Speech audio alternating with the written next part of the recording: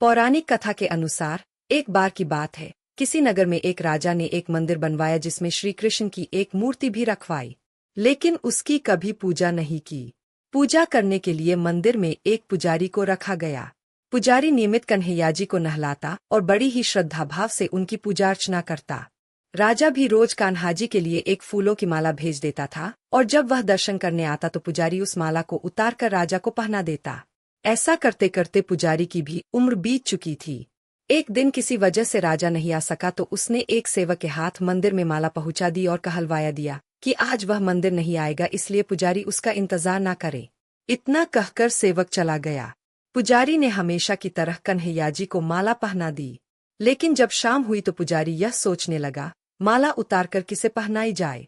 उसने सोचा क्यों न ये माला आज मैं ही पहन लूं, वैसे भी मेरी उम्र हो चली है, जीवन का क्या पता कब खत्म हो जाए। इतना सोचकर पुजारी ने माला उतारकर अपने गले में डाल ली। लेकिन इतने में ही सेवक आ गया और उसने बताया कि राजा की सवारी मंदिर में पहुंचने वाली है।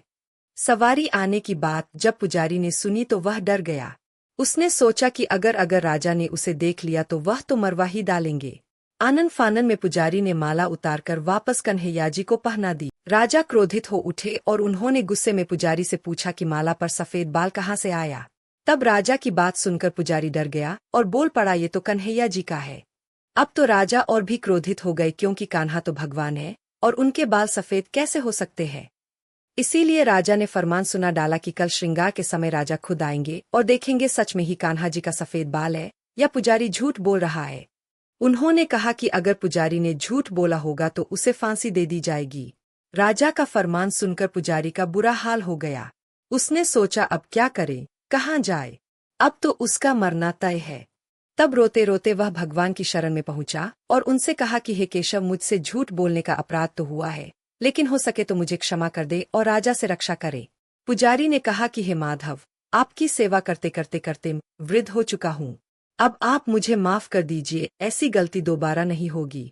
यही कहते कहते पुजारी की न जाने कब आँख लग गई और उसकी आँख तब खुली जब सुबह हो चुकी थी। उधर सुबह होते ही राजा भी आ गया और कहने लगा आज कान्हा जी का श्रृंगार वह खुद करेगा। ऐसा कहकर जैसे ही राजा ने कान्हा जी का मुकुट उतारा तो देखा कि श्री कृष्ण के तो सारे बाल ही सफेद है। लेकिन राजा को फिर भी यकीन नहीं हुआ। उसे लगा कि फांसी के डर से पुजारी ने ही बालों को रंग दिया होगा। राजा ने सोचा कि क्यों न कन्हैयाजी का एक बाल तोड़कर देखा जाए। इसके बाद राजा ने कान्हा जी का एक बाल तोड़ लिया, लेकिन जैसे ही बाल टूटा कन्हैया के सिर से खून की धारा बहने लगी। यह देखकर राजा भगवान के चरणों में गिरकर माफी मांगने लगा। तभी श्री कृष्ण की मूर्ति से आवाज आई, हे राजन, तुमने मुझे केवल मूर्ति मात्र ही समझा, इसलिए आज से तुम्हारे लिए केवल मूर्ति मात्र ही रहूंगा।